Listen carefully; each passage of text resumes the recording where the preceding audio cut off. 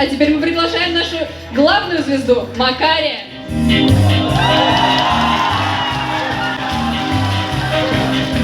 Нет, не плачу, не рыдаю, все вопросы я открыто отвечаю, что наша жизнь игра, и кто ж тому виной, что я увлекся этой игрой. И перед кем же мне извиняться, не уступают, я не смею отказаться. И разве мой талант и мой душевный жар не заслужили скромный гонорар? Пусть бесится ветер жестокий в тумане житейских морей.